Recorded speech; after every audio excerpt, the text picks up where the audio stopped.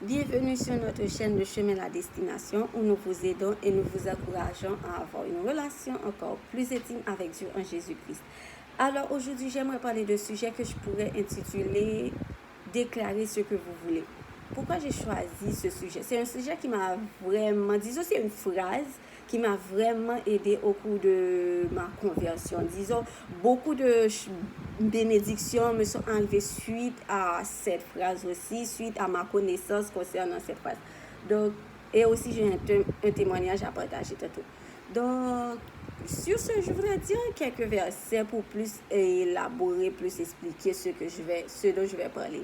On a Somme 2, verset 7-8 qui dit « Je publierai le décret, l'Éternel m'a dit. Tu es mon fils, je t'ai engendré aujourd'hui, demande-moi et je te donnerai les nations pour héritage, les extrémités de la terre pour possession. » Et on sait que les nations, c'est pas juste comme une bouteille d'eau, la terre, c'est pas juste comme... mettons, c'est pas juste comme sa chambre, c'est beaucoup. Donc, si Dieu nous dit que nous sommes ses enfants et que si on lui demande les nations pour héritage, les extrémités de la terre pour possession, alors il peut nous les donner parce qu'il veut et il peut. C'est lui qui nous a promis de nous les donner. C'est pas comme nous sommes allés auprès de lui, nous lui avons posé quelques questions. Est-ce que c'est possible? Non, c'est lui, c'est son héritage, c'est l'héritage qu'il nous laisse. Donc c'est comme Romains 8, verset 17 qui dit aussi, « Or, si nous sommes enfants, nous sommes aussi héritiers, héritiers de Dieu et co-héritiers de Christ. Si toutefois nous souffrons avec lui afin d'être glorifiés avec lui. » Donc non seulement Jésus est héritier en tant que fils de Dieu et nous en tant que fils de Dieu, fille de Dieu aussi, nous sommes co-héritiers, c'est-à-dire le même héritage que Jésus a, c'est le même héritage que Dieu nous donne, que nous avons. Mais cet héritage-là, la plupart du temps, nous ne prenons pas comme, nous ne valorisons pas cet héritage ou parfois on se dit, bon, j'en ai déjà assez, j'ai pas besoin de plus, Dieu me donne. Par exemple, il y a une fois, j'ai parlé avec cette personne, j'ai dit, tu sais que tu peux demander à Dieu une prospérité, des finances, beaucoup d'argent, tout ça, il va te le donner si tu lui demandes, parce que l'argent, Dieu veut nous donner de l'argent. Les humains nous mettent dans la tête que demander à Dieu de l'argent, c'est quelque chose qui n'est pas bon. Bien sûr que non. Plusieurs fois, j'ai demandé à Dieu de l'argent et en plusieurs fois, il m'a épaté parce que j'en avais besoin. Et il m'a épaté, il m'a donné ce dont j'en ai besoin. Il a pourvu à mes besoins. Et il y a un verset qui dit, il t'ouvrira sa main et il te prêtera de quoi pouvoir à tes besoins. Donc, c'est la volonté de Dieu. Donc, quand j'ai dit à cette personne, demande à Dieu de l'argent, et cette personne avait besoin d'argent. Donc, je lui ai dit, demande à Dieu de l'argent. Et là, elle me dit, non, je ne veux pas, j'ai déjà la santé. Dieu m'a déjà donné la santé, ça me suffit dès que Dieu me donne la santé à moi et ma famille. C'est bien, Dieu veut te donner aussi la santé, mais Dieu veut te donner plus. Parfois, on est tellement terre à terre, on se contente de ce qu'on a. Oui, c'est bien de se contenter, de ne pas dire « Oh, j'ai besoin de plus, ça, c'est pas suffisant. » Non, il faut rendre grâce parce que lorsqu'on rend grâce à Dieu pour le peu qu'il nous donne, il augmente encore plus, il nous donne encore plus de choses.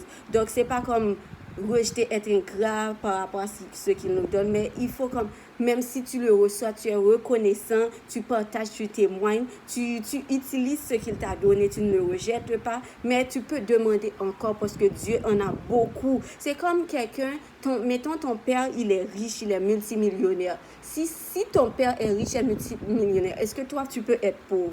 Il ne faut pas accepter comme tu as un père aussi grand, Dieu est aussi grand, Dieu est riche, il est riche en toutes choses, il est multimilliardaire ou même plus là, il est multimilliardaire en toutes choses, pas seulement en argent, en toutes choses. Donc si ton père, lui qui possède la terre, lui qui possède l'univers, et on ne connaît même pas la dimension de l'univers, il possède même les choses qui sont invisibles, des choses qu'on ne peut pas voir, les choses. Cette voiture-là, parfois on voit quelqu'un qui a un Range Rover, mettons, et cette personne, oh non, il est riche, oh, j'aurais bien aimé avoir un Range Rover, mais je ne peux pas parce que moi, j'ai pas d'argent. Tu n'as pas d'argent parce que tu ne veux pas avoir d'argent. Parce que Dieu, lui, il peut t'offrir un Range Rover aussi. Il peut t'offrir même plus que ça. C'est pas comme Dieu, c'est pas parce que c'est des choses matérielles que Dieu veut pas nous les donner. Ça va dépendre. Si tu fais des choses matérielles et même de quelqu'un, un idole, c'est là que Dieu va t'apprendre à le mettre en priorité. avant qu'il te donne quelque chose. Donc la plupart du temps, il y a des gens qui demandent mais qui ne reçoivent pas parce qu'ils ne font pas de Dieu leur priorité. Ce sont des gens comme, ils peuvent demander à Dieu telle chose et puis dès que Dieu leur donne, ils oublient Dieu. Ou ils idolisent cette chose ou bien cette personne tellement à un point que c'est comme si Dieu n'existait plus. Et parfois, ils finissent par perdre cette personne qu'ils avaient ou finissent par perdre cette chose qu'ils avaient parce qu'ils n'ont pas placé leur amour en Dieu plutôt. Ils ont placé leur amour. Ça ne veut pas dire que vous ne pouvez pas aimer quelqu'un, vous ne pouvez pas aimer ce que Dieu vous a donné. Mais ça ne veut pas dire que c'est cette chose ou cette personne que vous devrez chérir plus que Dieu. Donc, il y a un autre verset que j'aime tellement, beaucoup.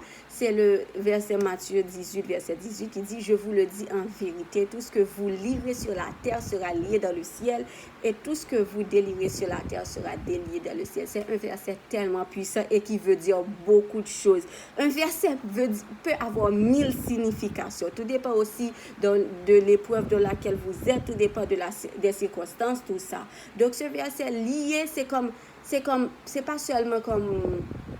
Lier, c'est aussi commander. Lier, c'est aussi attacher. Lier, c'est aussi déchaîner, briser les chaînes. Lier peut avoir plusieurs significations dans le langage de Dieu. Donc, c'est-à-dire, mettons que là, vous avez une dette, ok? Vous avez une dette et vous savez que Dieu, lui, il n'a aucune dette envers les hommes. Vous savez que Dieu, il est riche, Dieu, il est puissant, Dieu possède tout sur la terre et que c'est votre Père et vous connaissez votre identité. Vous savez que, bon, moi là, par exemple, moi je peux dire, moi je suis Kémissa, mais je suis Kémissa, fille de Dieu. Je ne suis pas Kémissa. Je suis peut-être Kémissa de Fleurette et de Ronil, ça c'est les noms de mes parents, mais je suis fille de Dieu, c'est-à-dire j'ai un héritage, c'est-à-dire je suis héritière. Donc je ne peux pas accepter la pauvreté, je ne peux pas accepter cette dette, je ne peux pas accepter ce genre de choses qui m'arrivent, cette maladie, tout ce genre de choses, parce que moi j'ai un Dieu puissant. Donc je dois déclarer, je dois lier, je peux dire que, bon, tu vois, cette dette-là, je te lie, je te condamne, je t'envoie à l'abîme, je veux plus de toi, je veux plus te voir, je te condamne sur cette terre, sur toute la terre, et même dans les cieux, et il y a plusieurs cieux, je te condamne, tu n'appartiens plus, tu n'es plus dans ma vie, et tu continues à condamner, à lier cette dette sur la terre et dans les cieux. Donc, c'est une façon pour vous dire que lorsque vous parlez, même lorsque vous dites quelque chose de banal, ça a un pouvoir que vous ne pouvez même pas imaginer. Parce qu'il y a des fois, je dis certaines choses juste en blaguant et elles arrivent. Donc, je dois toujours faire attention à ce que je dis. Donc, lorsque vous liez, vous commandez à une dette. Mais lorsque vous liez, ce n'est pas juste le dire, bon, ok, je te condamne. Mais il faut le croire aussi. Parce que la bouche, c'est vrai que la bouche a un effet, ça a un impact. Mais aussi croire. La foi, c'est ça qui est encore plus important. C'est pourquoi il y a le verset qui dit la foi vient de ce qu'on entend et ce qu'on entend vient de la parole de Dieu. C'est-à-dire ce que tu as entendu, c'est que tu pouvais lier cette dette, tu pouvais lier cette maladie, tu pouvais lier ce problème, tu pouvais lier ce blocage, ces cauchemars, je peux dire. Donc, si tu entends cette parole, tu crois en cette parole, tu as déjà la foi. Donc, c'est pour ça que je dis, il faut appeler. Il faut déclarer, il faut appeler à l'existence aussi. Et il y a même Jésus qui a dit, Jésus qui, dans Matthieu 10, verset 1, qui dit, puis, ayant appelé ses 12 disciples, il leur donna le pouvoir de chasser les esprits impurs et de guérir toute maladie et toute infirmité. Il leur donna, c'est pas seulement aux 12 disciples qu'il a donné le pouvoir, c'est à nous tous ceux qui ont accepté Jésus dans leur vie, qui ont fait de Jésus leur Seigneur et Sauveur, ont ce pouvoir-là. Pendant que tu marches, pendant que tu écoutes ce message, toi qui je sais pas ce que tu subis ou bien parfois on subit rien, mais on est tellement comme de la routine, on se sent comme... c'est comme si il manque quelque chose dans notre vie. Vous pouvez appeler la joie de Dieu, pour que parfois on a tout, on a la santé, on a un toit, on a la nourriture, on a un peu d'argent, on a la famille, mais c'est comme on sent un vide à l'intérieur de nous. Donc vous pouvez combler ce vide par la parole de Dieu, par la joie que Dieu vous donne, la paix que Jésus nous donne, qui n'est pas celle, parce que les hommes ne peuvent pas nous combler, ils peuvent nous combler pendant un certain temps, mais pas pour toujours. Dieu peut nous combler, la joie et la paix de Dieu peuvent nous combler. Donc, c'est pour ça que je vous dis déclarer et appeler. Et il y a aussi Marc 6, verset 7, qui dit « Alors il appela les 12 et il commença à les envoyer 2 à 2 en leur donnant pouvoir sur les esprits impurs. » Je voudrais parler d'un autre sujet, mais ce n'est pas pour aujourd'hui, qui est le sujet 2 à 2. Parce que plusieurs fois, vous allez voir quand Jésus disait aux disciples d'aller faire quelque chose, il les envoyait par deux personnes. C'est tellement il y a un pouvoir lorsque vous êtes 2 personnes. C'est pour ça aussi que Satan aime détruire les couples, les mariages. Parce qu'à 2, on peut terrasser beaucoup de choses, on peut faire beaucoup de choses. Une prière à 2, pas forcément un couple, peu importe c'est une amie, peu importe c'est même un inconnu, mais une prière à 2, quelque chose à 2, ça fait beaucoup d'effets. Ça ne veut pas dire que lorsque vous êtes seul, ça ne fait pas d'effet. Mais je dis qu'à 2, c'est comme ça multiplie les effets. C'est ça que je voulais dire. Donc, il y a ce verset aussi que je vais juste donner quelque chose qui m'est arrivé. C'était quelques mois après ma conversion.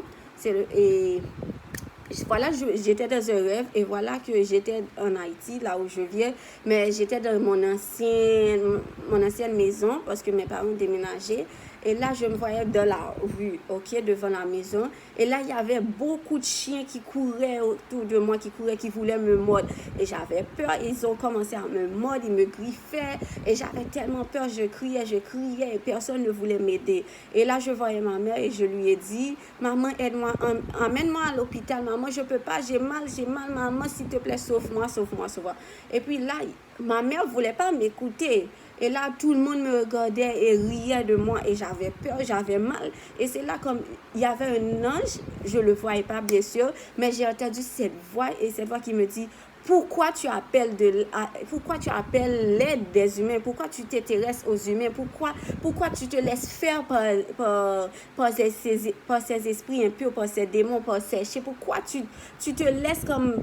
C'est comme s'ils ont une autorité sur toi. Ne sais-tu pas que tu as le pouvoir sur ces chiens? Ne sais-tu pas que tu as le pouvoir sur toutes les choses que tu traverses? Ne sais-tu pas que tu as le pouvoir sur ces démons? Mais à l'époque, je ne connaissais pas encore ce verset. Comme j'ai dit, je faisais à peine, c'était peut-être 3 mois après ma conversion. Et puis à l'époque, j'avais beaucoup de rêves démoniaques, des oppressions démoniaques.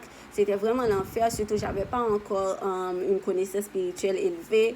Je connaissais pas vraiment encore la Bible. Mais c'était des démons qui m'attaquaient, surtout dans les rêves. Et là, j'en ai parlé avec une dame, c'est mamie Josiane, c'est elle qui a la page Vie TV. Et là, j'ai expliqué, voilà le rêve que j'ai fait, le cauchemar, si je pourrais dire.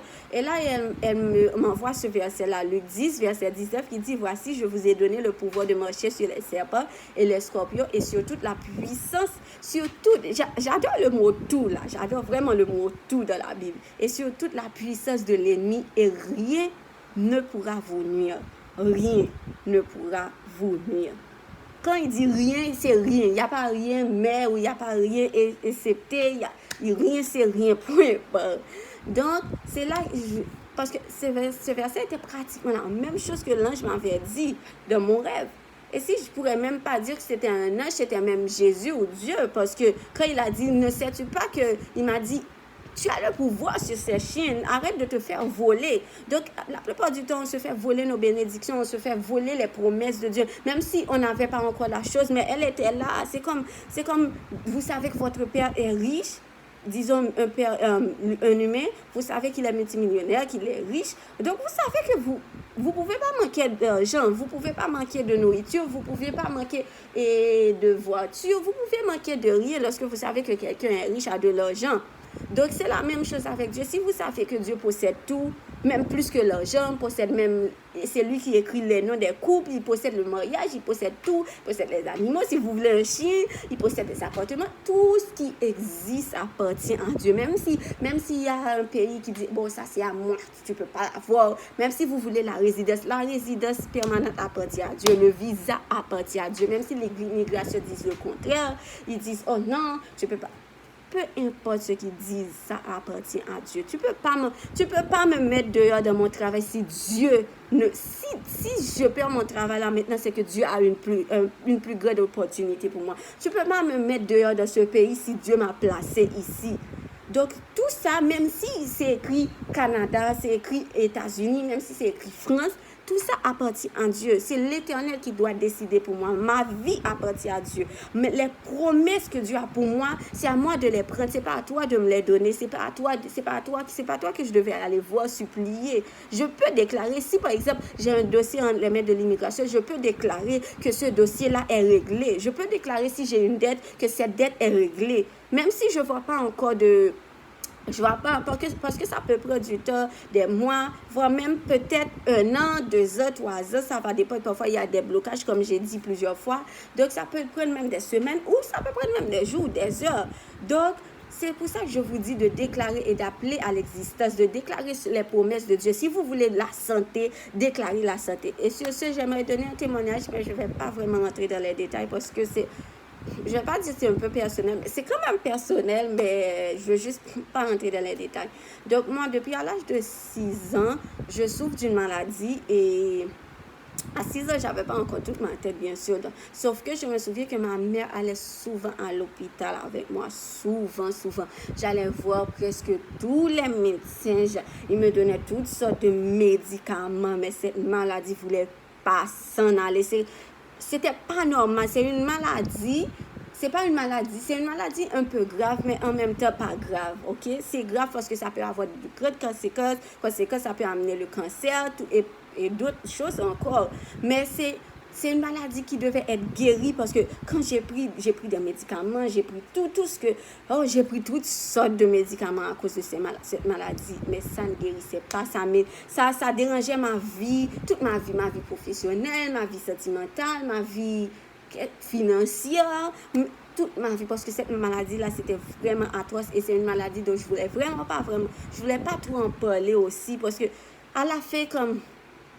j'en pouvais plus. Et ma mère priait tout le temps, priait, mais ça s'arrangeait jamais. Et là, je me suis dit, bon, comme je suis venue à l'étranger, peut-être que ça va être mieux, peut-être que les médecins vont, je sais pas, c'est pas que les médecins là-bas sont pas compétents, c'est juste que je me dis, ok, je suis dans un autre pays, peut-être que ça va changer. Et là, j'achète encore des médicaments nouveaux, contraires à ceux de mon pays. J'ai acheté les médicaments même les plus forts, mais ça n'a jamais fonctionné. J'ai subi des traitements de mois, de 2 mois, j'ai tout fait. Donc, je vous dis, là, depuis à l'âge de 6 ans, et aujourd'hui, j'ai 23 ans, grâce à Dieu, merci Seigneur. Donc, depuis à l'âge de 6 ans, j'ai une maladie. Et là, je me souviens en janvier, parce que j'en ai parlé à une bonne amie, Nadine, et là, je me souviens, je lui ai expliqué, tu sais, j'ai telle maladie, je ne sais pas quoi faire, c'en est trop, j'en peux vraiment plus. Et là, je me dis, ok, je vais acheter, il y a un traitement dont il parle souvent, je vais acheter ce traitement-là, je vais voir la pharmacienne, tout ça, et puis je vais acheter. Et là, je prends le traitement. Mais dans ma tête, je me dis, ce traitement va sûrement me guérir parce que j'en ai beaucoup entendu parler et ça fait des effets. Et j'ai pris le traitement et croyez-moi, ça a empiré. J'étais vraiment à bout, j'en pouvais plus. J'ai pris le traitement que tout le monde en parle et ça a empiré. C'est comme si mon cas, à la fin, j'ai dit à Dieu, tu vois, cette maladie, c'est pas normal. C'est vraiment pas normal. C'est pas normal que je subisse une maladie depuis 17 ans. C'est vraiment pas normal que cette maladie puisse rester en moi depuis toutes ces années. Non. C'est pas normal. J'ai subi tous les traitements, j'ai fait tout ce que le médecin m'a dit, tous les médecins, tout ce qu'ils m'ont dit, j'ai fait tout. Et là, j'ai dit, Seigneur, je veux plus de cette maladie dans ma vie. Et là, j'ai commencé à écrire des versets pour chasser cette maladie, pour déclarer que Jésus les a rendus un spectacle sur la croix, parce que Jésus a porté cette maladie sur la croix pour moi. Alors, pourquoi moi, je subis cette maladie si ça a déjà été porté par Jésus il y a 2000 ans? Je ne peux plus subir cette maladie. Même ma mère, à un moment, elle est découragée. Je lui ai dit, tu sais, j'ai encore cette maladie. Elle dit, finalement, ma mère, ça la rendait comme folle parce que c'était vraiment... Je ne vais même pas dire parce que ça aurait pu avoir plus de conséquences qui auraient pu impacter tout le reste de ma vie. Donc là, ma mère était vraiment découragée. Ma mère disait, mais va voir encore un autre médecin. À la fin, elle voulait même plus parler de ça parce qu'elle se sentait découragée. Et là, comme j'ai dit, j'en ai parlé à Jésus, j'en ai parlé à Dieu, j'ai lié cette maladie, j'ai déclaré, j'ai pris le pouvoir parce que Dieu m'a dit, j'ai le pouvoir. Si j'ai le pouvoir, qu'est-ce que tu viens faire dans ma vie, maladie? Pourquoi tu restes dans ma vie? Pourquoi je t'accepte encore? Parce que je ne peux plus t'accepter dans ma vie. Tu n'as plus le droit d'être dans ma vie. Mais c'est même quand vous avez comme un célibat chronique. Ce célibat chronique ne peut plus être dans ta vie. Ça fait longtemps que tu es célibataire. Tu n'avances pas du tout. Tu n'avances pas. Il y a un moment, il faut dire assez. Comme la phrase dit Abraham dit c'est assez. Il y a un moment, il faut que tu dises à ce célibat chronique, arrête.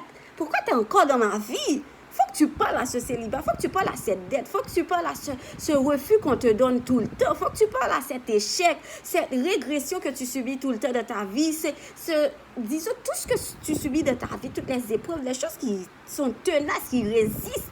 Ces choses, ça ne peut pas résister à la parole de Dieu. Donc, tu dois donner ces choses, tu dois répondre à ces choses avec la parole de Dieu, avec l'autorité. Donc, c'est ça que j'ai fait. Moi, j'ai pris mon autorité. Le pouvoir que Dieu a placé, il est en moi. Je ne le vois pas. Mais je sais qu'il est en moi. Je sais qu'il est dans ma bouche. Je sais qu'il est dans mes pensées. Même quand le doute vient, je sais qu'il est là. Parce que le doute ne peut pas enlever ce pouvoir. Le doute ne peut pas l'effacer. Peu importe, Satan va venir, va me donner toutes sortes de confusions, toutes sortes de paroles négatives. Je sais que j'ai le pouvoir. Tu ne peux pas me l'enlever. Et j'ai le pouvoir sur toute la puissance de l'ennemi, c'est-à-dire la puissance de Satan, tout ce qu'il pourrait essayer, tout ce qu'il a essayé, même dans les temps avec des générations, avec mes grands-mères, arrière, whatever. Parce que moi, je sais que j'ai un pouvoir. Donc, et effectivement, j'ai pris le médicament, le traitement, je veux dire, en janvier.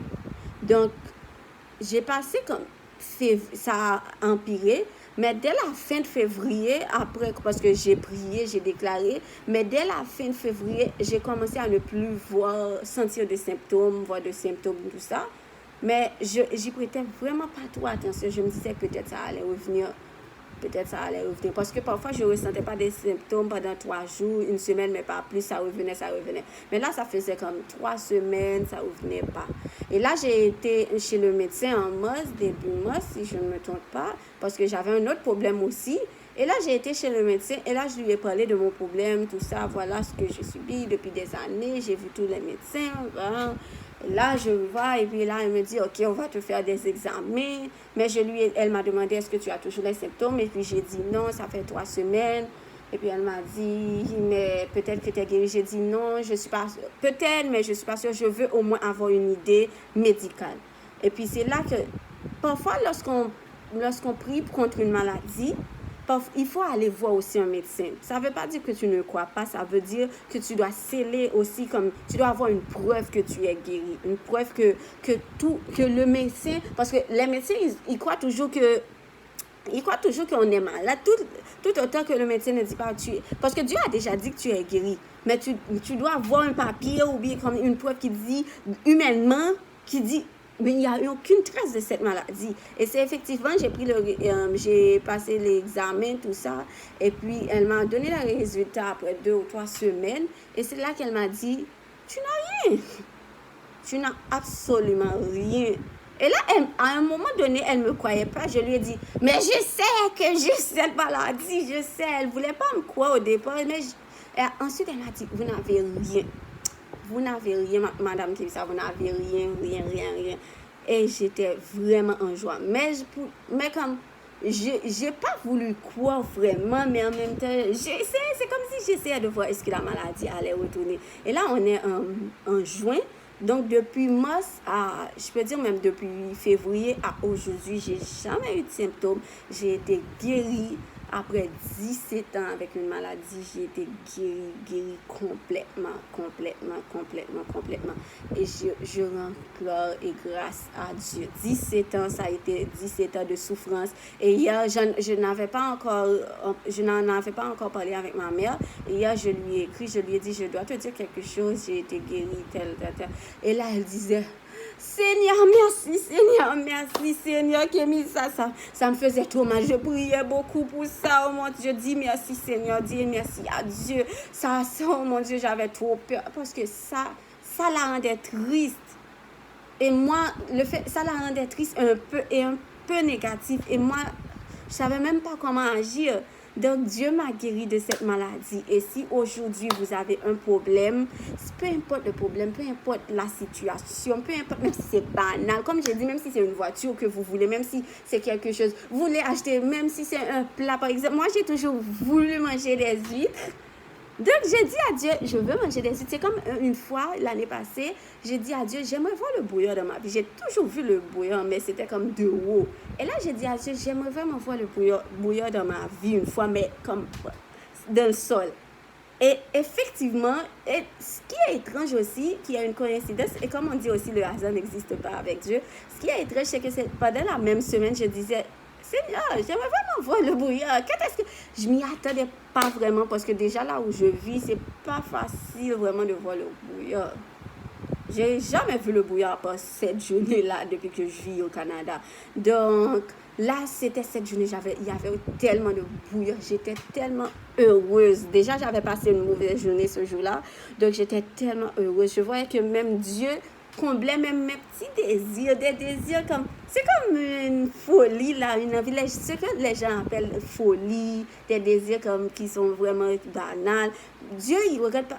Pour Dieu, rien n'est banal. Peut-être pour vous, pour les hommes, c'est banal, mais Dieu, pour lui, rien n'est banal. Alors, si aujourd'hui, vous avez besoin de quelque chose, vous savez aujourd'hui que vous avez l'autorité, vous avez le pouvoir. Si aujourd'hui vous subissez quelque chose depuis des années, même depuis des jours, même depuis des semaines, vous avez l'autorité, vous avez le pouvoir. Jésus vous l'a donné, Dieu vous l'a donné. Vous êtes héritier. Vous êtes héritier, ça veut dire beaucoup de choses. Si vous voulez de l'or, Dieu va vous le donner. Si vous voulez comme une grande maison, même si vous avez un mauvais crédit, Dieu va vous le donner. Peu importe ce que vous voulez, même si tout est contre vous, même si vous n'avez pas comme la possibilité de l'avoir, vous n'avez aucune chance de l'avoir. À Dieu, pour les hommes, cela était possible, comme Jésus l'a dit. Mais à Dieu, tout est possible. Donc, réclamez ce que vous voulez. Réclamez ce que vous voulez. Vous voulez vous marier, réclamez ce mariage. Réclamez une intimité aussi avec Dieu. Parce qu'avant que Dieu vous donne quelque chose, il veut vous préparer. Il veut que vous ayez une intimité avec lui. C'est pour ça qu'il dit, cherchez d'abord le royaume de Dieu et tout cela vous sera donné. C'est le verset que Dieu m'avait donné lorsque j'ai eu ma conversion, le jour de ma conversion, ce qui sera bientôt le 14 juin, gloire à Dieu. Mais à l'époque, je ne connaissais pas encore ce verset. C'est juste que Dieu me l'avait dit, mais je ne connaissais pas la Bible de toute façon à l'époque. Donc, cherchez Dieu, déclarez, prenez ce qui vous appartient. Même si vous ne l'avez jamais eu, ça vous appartient déjà. Donc, c'est tout ce que je voulais vous dire pour aujourd'hui et j'espère que mon témoignage va vous encourager aujourd'hui. Ça va vous aider. Vous pourrez partager avec d'autres personnes qui sont malades surtout, d'autres personnes qui vivent une situation vraiment compliquée. Parce que moi, toutefois, il y a une semaine, je peux déclarer des bonnes choses et cette semaine, je ressens vraiment de bonnes choses. Je peux déclarer une entrée financière et je le reçois. Parce que moi, je ne vais rien laisser. Comme j'ai dit à mon ami, il n'y a aucune promesse dans la Bible qui ne sera pas à moi. Moi, là, ici, il me reste 30 ans à vivre, 50 ans à vivre. Et même s'il me restait 5 ans à vivre, au cours de ces 5 ans, de ces 30 ans, de ces 50 ans, j'aurai toutes les promesses. Même si je vais passer par des épreuves, mais j'aurai toutes les promesses. Je ne vais rien laisser. J'ai des promesses sur cette terre et j'ai des promesses aussi au paradis. Donc, je ne vais rien laisser, moi. Je ne sais pas pour vous, mais moi, je vais prendre toutes. Je vais les prendre toutes. Donc, j'espère que je vous ai aidé aujourd'hui et je vous souhaite une bonne et agréable journée ou une bonne soirée à quelle heure, dépendant de l'heure que vous m'entendez. Merci.